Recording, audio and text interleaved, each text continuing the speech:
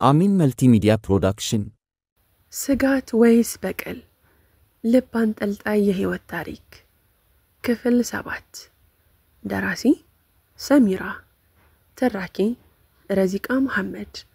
ለቻናላችን አዲስ ከሆናችሁ ላይክ፣ ሼር እና ሰብስክራይብ በማድረግ ቤተሰቦቻችን እንድትሆኑ በታላቅ አክብሮት እንጋብዛችኋለን። ለምርጫ ብቸገርም አንድ በጣም የሚያምር ዲዛይን መረጥኩና መሰራት ጀመርን። ከኛ በፊት የመጡ 3 ሴቶችንም በሌሎች እየተሰሩ ነው። የሰው ሰርግ ሊታደሙ ይመስላል። በወሬያቸው መሃል እየሰማናቸው መከራከር ጀመሩ። ሴት ቢክራህ መሆን አለባት የለባትም? ፈልጋ ላይሆን ይችላል። ቢሆን ባይሆን አግብታ የፈታች ከሆነች ካልሆነች እንዲሁ ሲነታረኩ ሊሃ ገብታ እባካችሁ እንደና ነገር ያወራችሁ መስሏችሁ በራሳችሁ ፈቷ አትስጡ ወይንም ዝም በሉ። ከዚህ ስትወጡ የምትገናኙበት እድል ስላላችሁ መከራከር ትችላላችሁ አለቻቸው። እየገላመጧትም ቢሆን ዝም ማለት ቻሉ። ይህንን ማድረጓ እኔ እንዳልፈራና እንዳልረበሽ ነው። ዝም ብለው ሲጨርሱ ክፍያ ፈጽመው ወጡ። እኛም እየጨረስን ነበር። ይህንን የምትሰራኝ ሴት ባለቤትሽ ስሙ ማን ነው አለች። አይዲን አልኳት። በአረበኛ መሃል እጄ ላይ በነበረው ክፍተት ላይ ጻፈችልኝና እጆቻችንን ማድረቂያ ውስጥ እንድንከት ታዘዘችን። በጣም ረጋ ያለች ሴት ናት። ስለ ሰርጌ አንዳንድ ነገር ጠየቀች። ነገርኳት፣ እንዴት እንደተገናኘንም ጭምር። እኔ ዩኒቨርሲቲ ተማሪ እንደሆንኩ እሱ የርዕሰ መምህሩ ልጅ እንደሆነ የሚገርም ግንኙነት እያለች እሷም ተደመመች። ሂናው ደርቆ መሰባበር ሲጀምር ከማድረቂያው አውጥተን እጆቻችን ስለተሸበሸቡ ማሳጅ ማድረግ ጀመርን። አይዲን የሚለው ጽሑፍ ጎላ ብሎ ይታያል። ለሊሃ አያምርም ብያሳየዋት። ማሻአላህ በጣም ያምራል አለችኝ። እንዲህ ስንል አርፍደን የሙሽራ አለባበስ እንድታግዘን ጠይቀናት መልሷ እሺ ነበር። ነገም እንደምንመጣና ሰርጉም ነገ እንደሆነ ነግረናት ወደ ዶርማችን ሄድን። ሙሽራ መሆን እንደዚህ ደስ ይላል። ምሽቱም ንጋቱም ረዘመብኝ። እንቅልፍ በአይኔ ለመዞር ተቸገረ። እገላበጣለሁ። ሊሃና ቀመር ቡዲዝም ናት። የሉም የራሳቸው የእንቅልፍ ዓለም እየገቡ ነው። ተነስቼ የሰርግ ቀሚሴን አሁንም ደጋግሜ ያዋለሁ። ሲለኝ ለብሾ መስታወት ፊት ቆማለሁ። ያ ሰላም! አሁን እዛ መድረክ ላይ እንዴት ነው የምራመደው? ትንሽ የቅንጦት እንቅስቃሴ አድርጋለሁ። ክፍል ውስጥ የማልሆኑ ነገር አልነበረም። ሌሊቱን እንደ ሌሊት የስንብት ቃሉን እያሰማ ጎህ መቅደድ ያዘ። ጎህ ተከትሎ የአዛን ጥሪ ሲሰማ ሊሃን ቀሰቀስኳትና ውዱ አድርገን ጀማ ሰገድንና እንደተለመደው ቁርአን አንብበን ሁለታችንም ወደ ሻወር ቀጠልን። ልብሶቻችንን ለብሰን ያው የሰርጉን ሳይሆን መደበኛ አለባበስ፣ ምክንያቱም ከዚህ ጀምሮ መልበስ ልክ ስላልመሰለን ነው። ስንወጣ ማንንም አላየንም። 12 ሰዓት ላይ ነው የወጣነው። ቀመር ስላመማት ቆይቼ እመጣለሁ አለችን። ወደ ህንጻው ገባንና እዛው በነበረው ካፍቴሪያ ጋር ቁርሳችንን በልተን ወደ ውስጥ ገባን። ስልክ መደወል ጀመርኩ። አይዲንን የት እንደምጠብቀው ግራ ገባኝ። ይህ ሁሉ እየሆነ ያለው በእኔ ነው። ሊያስቀድማ ልክ እንዳልሆንኩኝ ብታቅም እንዳይሰማኝ ግን ዝም ብላኛለች። ስልኩ ሳይሰራ ሲቀር እኔ ብቻዬን የማገባ ይመስል ብቻዬን በማደርገው ነገር ቅር ተሰኝታለች። ዝም እንዳለው እኔም ዝም ማለት ነበረብኝ አይነት ነገር ነው የምታስበው። ስልኩ አይጠራም። እናም አለባበሱን በበይነ መረብ ተከትሎ አለበሱኝ።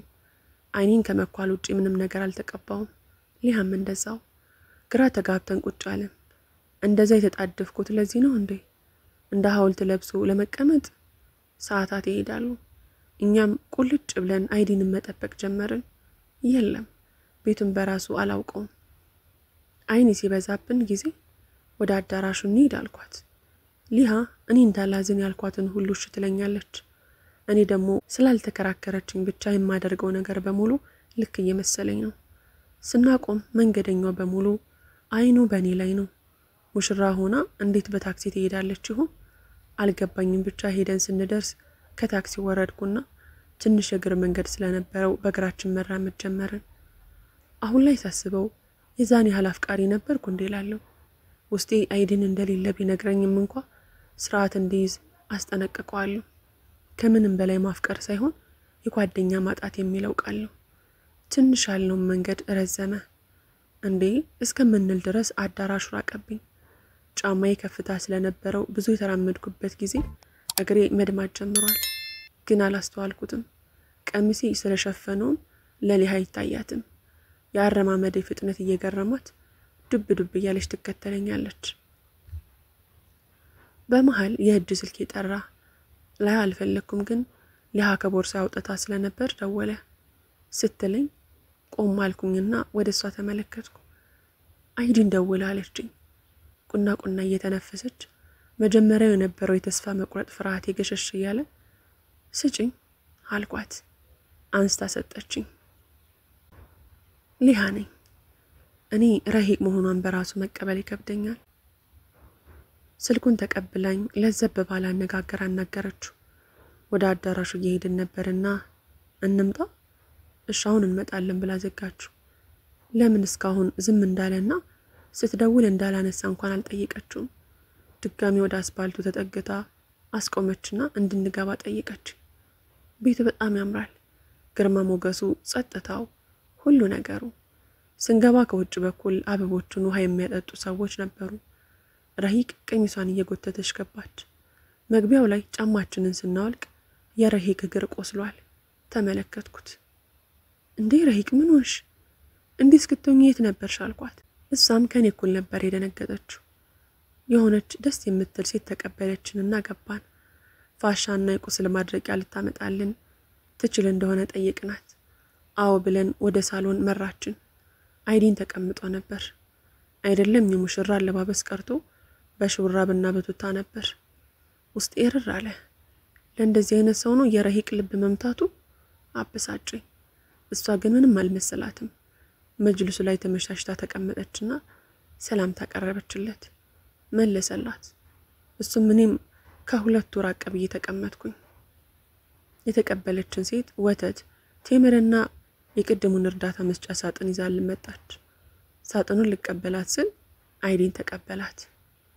ልቀበልህ ልለው ያሰብኩኝ ቢሆንም ለነሱ የመነጋገሪያ አጋጣሚ ሊሆን ስለሚችል ብዬ ዝም አልኩ። ቁስሏን የማድረቂያ ክሬም እየቀባ ብዙ ህመም አለው እንዴ አላት። አይ የለውም አለች እየተንተባተበች። እኔ ሁለቱንም ላለማየት ሞክራለሁ። የሱ ስራ ያናድዳል፣ የሷ ደግሞ እንደዛ መጎዳት ያሳዝናል። ፋሻውን አስሮላት እስከሚጨርስ በስስት ትመለከተዋለች። በዚህ መሃል ሐጅ አምናን መጡ። ለሁላችንም ሰላም ታቀረቡልንና የረሂቅን ተጎታችና ሰፊ የሙሽራ ቀሚስ የተመለከቱ አይዲን ምን ልትለን ነበር? ከዛ ድረስ በጠዋት ያስጠራኸኝ፣ እሷንም አንተ የጠራት ይመስለኛል አሉ። ከዚህ በኋላ አይዲን ስላለው ነገር ሳይሆን የተሰማኝ ረሂቅ ስለምትሆነው ነገር ነው። አይዲን የረሂቅን ኒካዋን አወረደላት። ቀሚሷን እንደለበሰች ከቤቱ ተያይዘን ወጣን። ረሂቅ ዝም ብላለች። ደንግጣለች። አልጠበቀችም ይሆን? አታቅም። እንደመጣ ነው በታክሲ ወደ ብራይዱ ህንጻ ሄድን እና ቀሚሱን እንድትመልስልን ለምነን ከዩኒቨርሲቲው ስንመጣ የለበስነውን ልብስ ቀይረን ወደዛው ሄድን። በመንገዳችን ላይ ዙሁር ሰላት አዛን እያለ ስለነበር ወደ መስጂድ ገባንና ከኢቃም በኋላ ኢማሙ ሐረሙና ሰገድን። በረሂቅ ጥንካሬ አለመገረም አልቻልኩም። የውዱ ትጥበት በእርጋታ አድርጋ ሳይ አላህ ሰብርን በልቧ ውስጥ እንዲኖር ዱዓ ማድረግ ጀመርኩ። የመጀመሪያው ረካዓ ላይ አሪፍ ሰገድንና በሁለተኛው ረካዓ ላይ ረሂቅ ተዝለፍልፋ ወደቀች። አተነፋፈሷ ወዲያ እንባይ መርገፍ ጀመረ። ተመልሳ ተንደፋድፋ ተነስታ ቆመች። የሆነ ያፈነችው የሲቃ ድምጽ ይሰማኛል። አላህ ለምን ይህንን ያደርጋል? እንዲህ መሆኗን እያየ እንኳ አላህ ለምን ይህንን ይፈርድባታል? ሱጁድ ስንወርድ የሚል የታፈነ የለቅሶ ድምጽ ከሷ በኩል ይሰማል። ተሸሁድ ተቀምጠን ለሻሃዳ የዘረጋችው ጣቷ መንቀጥቀጥን ይዟል። እንዳሰላመትን ረሂቅ ለሱጁድ ተደፍታ ቀረች። ተነሺ አይዞሽ እንኳን ለማለት አልችልም። እሷ የደረሰባትን ሩብ ያህል ቢደርስብኝ ወላሂ እንደማልቋቋም አውቃለሁ። እኔ ተቀምጬ እሷ ተደፍታ ለቀስን። ቀኑ ለሁለታችንም ህመም ተሰጥቶናል። ተመልሳ እንባዋን እየጠረገች ቀና አለችና ወደ ዶርም እንመለስ አለች። የመስጂዱን አናት እየተመለከተች። የሰርጉን መሰረዝ ሰምታችኋል? አዎ፣ ሰው ሁሉ የሚያወራው ስለዛ አይደል እንዴ? እና ምን ተፈጥሮ ነው ባክህ? አላወኩም። ሰው ለካ እንዲህ ነው። ውጩ ስላማረ ብቻ ውስጡ እንደዛ እየመሰለን ስንሸወድ እንኖራለን። ያ አወቀው አሁን መጣ እንጂ አሚራችን የነበረ ሰሊም በራሱ ረሂቅ እንጂ ምድር ላይ ሴት አልተፈጠረችም ሲላል ነበር።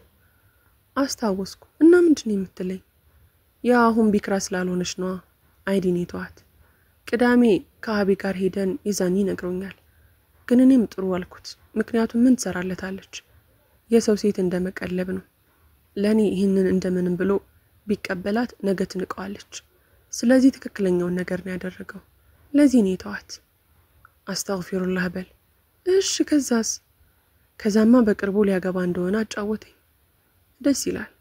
የባለፈውን ጊዜ ልክ ሰው ነው ግድ ነው አለ። የዩኒቨርሲቲው ወሬ ይህ ብቻ ሆኗል። እኔም እስከ ዛሬው ምንም እንዳልተፈጠረ ለመሆን ሞከርኩ። ማጣት ለኔ አዲስ ነገር አይደለም። 2-3 ቀን ወደ መድረሳ ሲሄድ ሴቶቹ ጎን ለጎን መንሾካሾክን ይዘዋል። ነገሩን ችላ ለማለት እየሞከርኩ ሐዲስ መናገር ስጀምር ከወደ ጥግ አንዷ ቆይ ንግግር ብቻ ትርጉም የለውም ተግባር ላይ ካልተገኘ አለችኝ። አው በሚል መለስኩላት። ታዲያ አላህ እኮ ዚናን አትቅረቡ ብሏል። እዚህ ጋር ፊት ለፊታችን ሆነሽ ተናገሪ ንጹህ ትመስያለሽ። ነገር ግን በተቃራኒው ነው። እኔ ይህንን የምለው ከጀርባ ማውራት ስለማልፈልግ ነው። ስለዚህ ጀማዓችን እየተበላሸ ስለሆነ ተይን።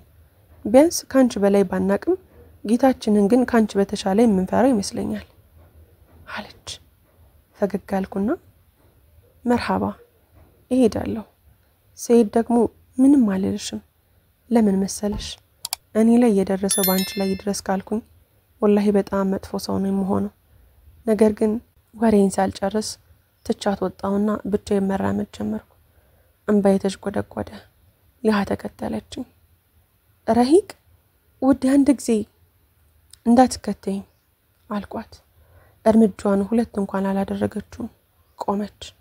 እኔም ሄድኩ። ጭንቅላቴ በትዝታ እግሬ ደግሞ በእርምጃ እግር ወደፊት ህሊና ወደ ኋላ ሳላውቀው ሄዱ። በየሄድኩበት ስለኔ መስማት አስጠላኝ። በቃኝ። ወደ ዩኒቨርሲቲው ሲሄድ ከአንድ ግንብ ስር ልጆች አጭሶ ያቋረጡ ሲጋራ ነበር። ግማሽ እንደሆነ ተተውታል። በጫፉ ላይ ያለው እሳት አልጠፋም። አንድም ቀን በህይወቴ ሲጋራ ጭሳለሁ ብዬ አላስብም ነበር። ተተውት የሄዱትን ሲጋራ ቁጭ ብዬ ማጨስ ጀመርኩ። ረጅም ሳሌ ተከታተለ ካሳሌም በኋላ ተላመድኩት። ይሁን አላቅም ብቻ ግን ምንም ሳይመስለኝ አጨስኩት። በዛ በኩል ያለፉ የነበሩና የሚያቆኝ 2 ሴቶች አይተውኝ ባላይ ያለፉ። ችላ መባል ለኔ አዲስ አይደለም አልኩኝ በልቤ። ሲጋራው ሲያልቅ እየተበሳጨው ወደ ዶርም ሄድኩኝ። ስገባ ወሬው እንዴት ተዳረሰ ማን አደረሰው አላቅም። ንግግራቸውን እየሰማው እንዳልሰማው ወደ ዶርም ገባው። ሊሃ ተጨንቃ ስለነበረ ስታይ ከአልጋዋ ላይ ተነስታ ተጠመጠመችብኝና ረሂቅ ስንት ነገር ስትይኝ እሷን ችላ ማለት መቻል አቅትሽ አለችኝ። ዝም አልኳት። የለበስኩትን ኺማር አውጥቼ በሱሪና በቲሸርት ቀረው። ጸጉሬም አልተሸፈነም። አንድ ሴት መጣ ከቀመር ጋር ማውራት ጀመሩ። ወሬው አይዲን መጣ ነበር ያለችው። በሩን ከፍቼ ወጣሁ። ሁሉም እየዞረ ያኛል ግን ለይታው ግድ አልነበረኝም። የዶርሙን ደረጃ ዱብ ዱብ እያልኩኝ ወረድኩ። ሊሃ ልብስ ይዛ ትከተለኛለች። በመንገዴ ከተሰበሰቡ ሙስሊም ወንዶች አጠገብ ሳልፍ ይች ረሂቅ ናት? ምን ሆና ነው? ተገላልጣለች እኮ ይባባላሉ። ቀደም ሲል መድረሳ ያገኟትና የተነጋገርኳት ልጅ ደግሞ እንደ አጋጣሚ አግኝታኝ ለምን እስልምናን ስታሰድብ ይኖርሽ? እንደዚህ ማንነትሽን ብትነግሪን ማንንም ፍላጎትሽን አይጋፋም ነበር። ጅልባብና ኺማር ለስራዎችሽ ሁሉ ጭምብል ሆኖ ሲያገለግሉሽ ነበር ማለት ነው። ያሳዝናል ብላለፈች። እኔ በጊዜው ምንም አላውቅም። ከሰዓታት በፊት ያጨስኩት ሲጋራ አልነበረም። ሱሰኞቹ በሲጋራ ብቻ ሱሳቸውን ማስታገስ ስለማይችሉ የቀላቀሉበት ሌላ ውህድ አለ። ስለዚህ በዚህ ሰዓት እኔ ሳልሆን እሱ ነው የሚያዘኝ። ቢሮ ካለበት ህንጻ ወጥቼ ሳላንኳኳ ስገባ በሁኔታው የተደናግጠው ሐጅም አይዲንም አብሯቸው የነበረ አንድ ሰው ከተቀመጡበት በአንድነት ብድግ አሉ። እነሱን ሳይሆን ቀድሜ ያየሁት አይዲንን ነው። አይዲን አልናፈኩም? እየሞትኩብህ ነው ብዬ ተጠመጠምኩበት። ሲገፈትረኝ ምንም አልቀረውም። እኔና እሱ እኮ ባዕድ ነን። እኔም እሱን መንካት እሱም እኔን መንካት አይችልም። ተዝለፈለፍኩ። እባክሽ ልቀቂኝ፣ አዑዙ ቢላሂ ሚነ ሸይጣን ረጂም፣ ልቀቂኝ እንጂ አለ ጮክ ብሎ። በትግል ሲያስለቅቀኝ ተከሻው ላይ ራሴን ስቻለሁ። በሽ ይልብኛል። መንቃት አልቻልኩም፣ ግን ከብዙ ራስ መታት ጋር ነቃሁ። ገና አይኔን ለመክፈት ስታገል እየው ትሰሚኛለሽ አይደል? የአይዲ ንግግር ጀመረ። በራስ ሻፍ የፈጠርሽው ወሬ እንደነበረ ገምቼ ነበር። ተመልከች፣ ከዚህ በላይ ምንም ማረጋገጫ የለኝም። በቃ ማንነትሽን በጊዜ ማወቅ ችያለሁ። ለሱ ደግሞ ውለታሽ አለብኝ። ጀዛከላህ አለ ከተቀመጠበት ወንበር የተነሳ። አይኔን እያየው ጸጥ። ምንም እንኳን የተቆጣኝ ቢሆንም ያለው ካየሁትም ሆነ ድምጹን ከሰማሁት 2 ሳምንታት አልፈዋል። በተለይ ድምጹን አፍቆኝ ነበር። ህመሜ ፈገግ አስባለኝ። ይሄም አብሽቁት ወይኔ አይዲን ወደ መውጫ በር ሄዶ ቁና እየተነፈሰ ቆመ። ልሃ ከበስተግራ ቆማ፣ አንቺ ሐሽሽ ትጠቀሚያለሽ? ዶክተርሽ ደምሽ ውስጥ የኮንቲን ኬሚካል እንዳገኘ ነገረን አለች። አይዲን ቀበል አድርጎ ውሸታም ነሽ ረሂቅ፣ አሁን ሁሉም ስላንቺ አውቋል። ያላወቀም ካለ ማሳወቁን ለኔ ተይልኝ። ግን እባክሽ ሌሎች ሴቶችን አንቺን ተከትለው አዛብ እንዳይወርዱ በመራቅ የበኩልሽን አድርጊሽ። ተራ በሩን ወርወር አድርጎ ዘግቶት ለመጨረሻ ጊዜ በጆሮዬ ላይ የቀረው ተራ የሚለው ቃል ነውና የበሩ ድምጽ ነው። ጓ የሚለው ድምጽ። አይኖችን ጨፈንኳቸው። ተራ ነኝ እንዴ አልኩኝ ድምጼን ዝቅ አድርጌ። ልብሶች መሰብሰብ ጀመርኩ። ከዚህ በላይ ወደፊት የሚሄድበት ምንም ጉዳይ የለም። አመታት አለፉ። ደህና ሆናለሁ ማለት ከጀመርኩ ጊዜያት ነጎዱ። እንዲሁ እንደሆንኩት መሞቼን መጠበቅ ብቻ ነው ያለብኝ። እኔ ጌታ የለኝም። እንዲሁ ምድር ላይ የተቀመጥኩ ብኩን ካልሆንኩኝ እኔ ማንም የለኝም። ለማንም ብዬ አልኖርም። ማንም ደግሞ ለኔ ብሎ አይኖርም። እንደ እንቁላል የሚሳሱልኝ ሰዎች በአንድ ጀንበር አጥቻቸዋለሁ። ደሞ እኮ መስገድና መጾም ጥቅም እንደሌለው የሚገባኝ ዛሬ ነው። የኛል የሚለው ጌታዬ እኔን ረስቶኛል። ታዲያ ምን ብዬ ነው በቀን 5 ጊዜ ከፊቱ የምደፋው? እሱ ሰላቴን ይቀበለኝ አይቀበለኝ በምን አውቃለሁ? ሰላቴ ከጣራው ይለፍ ምን ማረጋገጫ አለኝ? አላህ እኔን ረስቶኛል። እኔ ነኝ በግድ እየኝ ተመልከተኝ እያልኩ ትኩረቱን ለማግኘት የምሞክረው። የዩኒቨርሲቲው ተማሪ ሱሰኛ ብሎ ሌላ ስም ሰጥቶኛል። ይህንንም ኦል አድርግላችሁ ፈለኩ። ጅልባብና እኔ ተለያየን። ሂማርና እኔ አንተዋወቅም። ሱሪ ተለመደ። የቱፓክ ምስል ያለበት ጥቁር ቲሸርት ይደረጋል። አንገቴ ላይ የማይጠፉ 3 ሄርፎኖች አሉ። ነጭ፣ ጥቁርና ቀይ። ዘፈን የማዳምጥባቸው ናቸው። ጸጉሬን መሸፈን አቆምኩ። ለምን ብዬ ነው የምሸፍነው? ከዚህ በላይ ወደ አላህ መጣራት ሰልችቶኛል። እሱ እኔን አያየኝም። እሱ የኔን ጥሪ አይሰማም። ሊሃባየችኝ ቁጥር ከማልቀስ ውጪ አታቅም። ይህም አመት ጊዜ ሆኖ ጊዜን እኩል አለቀ። ክረምት ስለመጣ ወደ የቤታችን ልንሄድ እቃዎቻችንን ሰብስበን ከግቢው ወጣን። ስንወጣ አይዲን ከመኪናው እየወረደ ነበር። ለመውለድ የተቃረበች ሚስቱን ደግፎ አለፈ። ውስጤ እሷን መሆን ቢመኝም አሁንም ለሱ ያለኝ ፍቅር እንደ ሰደድ እሳት ቶሎ ባይጠፋልኝም ደስ የሚል ህይወት ስላገኘ ደስ ብሎኛል። ግን ደስታዬ ወዲያው ከሰመ። ግቢ ውስጥ ሁሉም እንዲህ የሚወራው እሱ በሰጣቸው ፍንጭ እንደሆነ መርሳት የለብኝም ማለት ጀመርኩ። እኔን ማጣት ቀላል ነው። ለኔም ሰዎችን ማጣት አዲስ አይደለም። ግን ደግሞ ስሜን ላባከነበት ተራ ላላት ቃል አይገባውም። ምን ወንዶች ተመሳሳይ ናቸው። በበደልም በፍቅርም በኩል ጎጆች ናቸው። አሁን 3 ጠላት አለኝ። ሃዲ፣ አይዲን፣ እጣ ፈንታዬን የጻፈው አካል።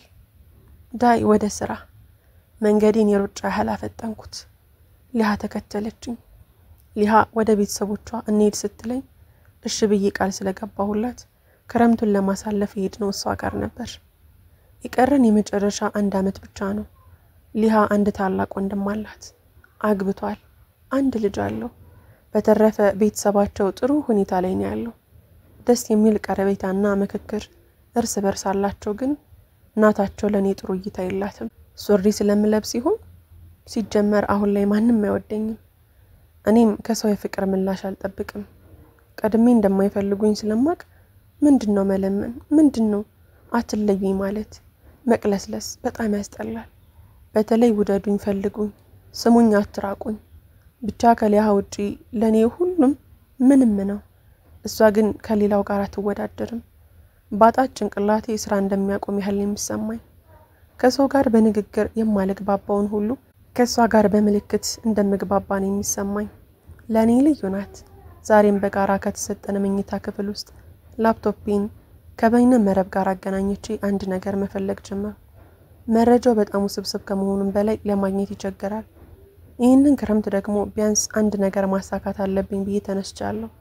ሀዲድ ማግኘትና የአይዲንን ድርጅት የሽርክና ፍቃድ ማግኘት። ሁለቱንም ካላገኘው ግን ያኔ ነው እኔ የምከስረው።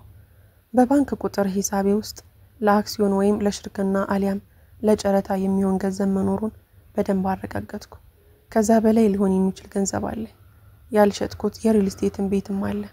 ስለዚህ ላሰብኩበት ሁሉ ድልን የሚያቀዳጀኝን ብዙ ነገር ደስ አለኝና ወደ በረንዳ ወጥቼ ደስታዬን ለማክበር አንድ ሲጋራ ከኪሴ አውጥቼ አቀጣጣልኩ። ደስታ ትክክለኛ ስሜት ሲያገኝ አልኩኝ። ፈገግ ብዬ ሊያ የት እንደሄደች ሳልነግራችሁ። ሊያ አንድ ሐላል አፍቃሪ አግኝታለች። ኒካህ ታስሮላታል። ትምህርት ስትጨርስ ልታገባ ነው። የምትችለውንና እሱንና ቤተሰቦቹን ለማግኘት ሄዳለች። የሲጋራው ጭስ በወፍራሙ ሲቦን የሆነ ደስ የሚል ነገር አለው። አክስት ረሂቅ ራት ደርሷል አለ የሊያ የወንድም ልጅ። ወዲያው ተደነባበርኩ። ሳጨስ አይታኝ ይሆን ብዬ የልጅ ፍጥነት አጅብ ነው። ያየው ነገር እንዳለ በሚያሳብቅ መልኩ የሴት አያቱን የሊያን እናት ስም እየጠራ ሄደ። ምንድነው የሰራሁት? ከሊያ ውጪ እንደማጨስ የሚያውቅ ማንም የለም። አሁን እናቷን ብቻ ሳይሆን ሙሉ ቤተሰቡ ለኔ ጥሩ አይሆኑ። በቃ እንደተነገረ ስለገባኝ ለእራት መውረድ አልፈለኩም። በዛውም ክፍል ውስጥ ከጀመርኩት ሲጋራ ጋር ሁለቱን ተጠቅሜ ተኛሁ። ክፍል 8 ይቀጥላል። ታሪኩን ከወደዳችሁት ላይክ፣ ሼር፣ ሰብስክራይብ ማድረጋችሁን እንዳትረሱ።